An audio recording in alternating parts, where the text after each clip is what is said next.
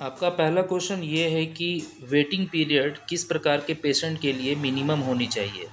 क्या ये फार्मेसी के लिए होनी चाहिए या फिर ओपीडी के लिए होनी चाहिए या फिर हॉस्पिटल के लिए होनी चाहिए या आउटडोर पेशेंट के लिए होनी चाहिए। चलिए जानते हैं इसके करेक्ट आंसर के बारे में।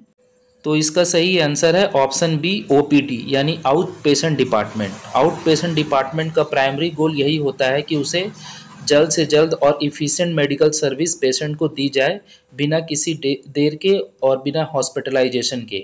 इसीलिए उनकी जो वेटिंग पीरियड होती है वो मिनिमाइजिंग होती है और जो इसमें क्रिटिकल होते हैं पेशेंट उनको फिर आगे चल करके हॉस्पिटलाइज किया जाता है। लेकिन ओपीडी पेशेंट अगर है तो उसकी वेटिंग पीरियड मिनिमम होनी चाहिए। So here option B is the right answer.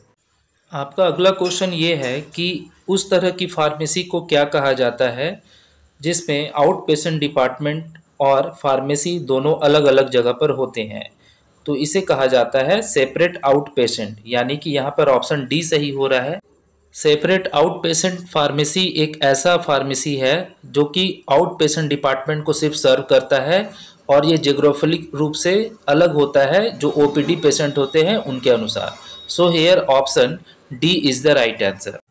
आपका नेक्स्ट क्वेश्चन ये है कि किस प्रकार के पेशेंट को जनरल कंडीशन के लिए ट्रीटमेंट दिया जाता है, उसके अलावा उसे इमरजेंसी कंडीशन के लिए या फिर रिफर्ड केस के लिए नहीं दिया जाता है।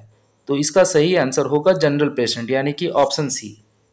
जनरल पेशेंट उसे कहा जाता है जो कि नॉन इमरजेंसी पेशेंट है और उसे जनरल कंडीशन के अनुसार ही ट्रीटमेंट दिया जाता है और इसके अलावा जो स्टैंडर्ड मेडिकल केयर है वो उस पेशेंट को दिया जाता है और उसे इमरजेंसी या स्पेशलाइज्ड रिफर केस के लिए अपोज किया जाता है।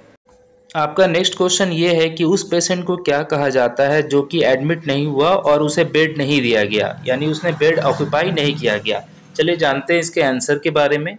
तो इसका सही आंसर है ऑप्शन सी यानी कि आउटडोर। आउटडोर ऐसे पेशेंट होते हैं जिसे कि हम लोग आउट पेशेंट के नाम से भी जानते हैं। ये हेल्थ केयर फैसिलिटी और ट्रीटमेंट लेते हैं लेकिन हॉस्पिटल में एडमिट नहीं होते और हॉस्पिटल में बेड ऑक्यूपाई नहीं करते। ये मेडिकल केयर रिसीव करते हैं और फिर उसी दिन अपने घर चले जाते हैं। So here option C is the right answer. आपका नेक्स्ट क्वेश्चन ये है कि इनमें से कौन इन पेशेंट और आउट पेशेंट दोनों डिपार्टमेंट को ड्रग्स और थेरेपेटिक सब्सटेंस के यूज़ के लिए उत्तरदायी होता है। तो इसका सही आंसर है फिजिशियन। फिजिशियन जो है यानी डॉक्टर, वो इन पेशेंट और आउट पेशेंट दोनों ही तरह के मरीजों के दवा और उसके थेरेपेटिक सब्सटेंस के लिए उत्तरदायी होते हैं। तो इस तरह से यहाँ पर ऑप्शन सी सही हो रहा है। आपका नेक्स्ट क्वेश्चन ये है कि इनमें से किस प्रकार के इंफ्रास्ट्रक्चर या इन्वायरमेंट में सफिशिएंट फर्नीचर होना चाहिए, रीडिंग मटेरियल्स होनी चाहिए और इंफॉर्मेटिव पोस्टर होना चाहिए। तो इसका सही आंसर है waiting rooms. Waiting room hospital में वो जगह होती है जहाँ पर फर्नीचर सफिशिएंट होने चाहिए, कुछ पढ़ने का मटेरियल्स होना चाहिए, कुछ पोस्टर लगे होने चाहिए जिससे कि पेशेंट कंफर्ट महसूस करे और पेशेंट को कुछ इन्फॉर्मेशन मिले ताकि उनको जो समय लग रहा है उसका वो समझे कि कुछ यूटिलाइजेशन हो रहा है। So here option C is the right answer. आपका नेक्स्ट क्वेश्चन ये है कि जो इन पेशेंट डिपार्टमेंट है वो भी लोकेट होना चाहिए, यानी वो हॉस्पिटल में होना चाहिए ग्राउंड फ्लोर में या फिर बिल्डिंग के किस पार्ट में होना चाहिए। तो आइए जानते हैं इसके सही आंसर के बारे में।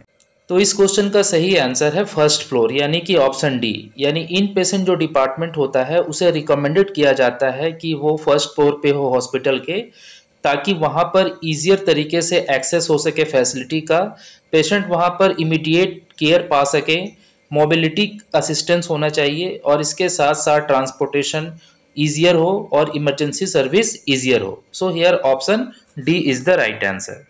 आपका नेक्स्ट क्वेश्चन ये है कि इन पेशेंट डिपार्टमेंट सेंट्री लोकेटेड होना चाहिए और इसके साथ साथ वो किन स्टाफ के लिए इजीली एक्सेसिबल होना चाहिए ताकि वहाँ से वो उसका इस्तेमाल कर सके। तो इसका सही आंसर है ओपीडी।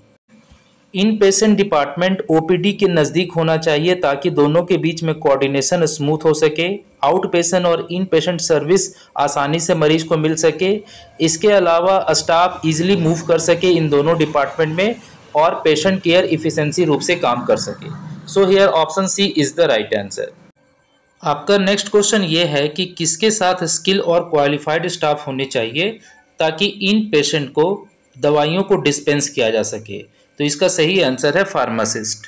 फार्मासिस्ट के साथ स्किल एंड क्वालिफाइड स्टाफ होनी चाहिए जो कि रिस्पॉन्सिबल होते हैं कि जो इन पेशेंट है उनको सही तरह से दवाइयाँ डिस्पेंस हो रही है या नहीं, और ये भी इंश्योर करते हैं कि उनको सही दवा मिल पा रही है या नहीं जो कि डॉक्टर द्वारा प्रिस्क्राइब की गई है।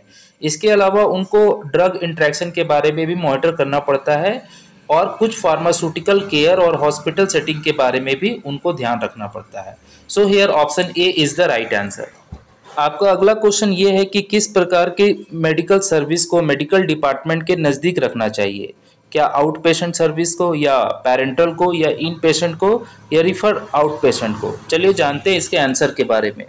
तो इसका सही आंसर है इन पेशेंट सर्विस को। इन पेशेंट सर्विस को मेडिकल डिपार्टमेंट के नज़दीक रखना चाहिए ताकि मेडिकल केयर की फैसिलिटी आसानी से मरीज को मिल सके, मरीज को ट्रीटमेंट आसानी से मिल सके। कोई भी अगर सपोर्ट सर्विस की ज़रूरत हो पेशेंट को तो वो आसानी से हॉस्पिटल के द्वारा उसे प्रदान किया जा सके।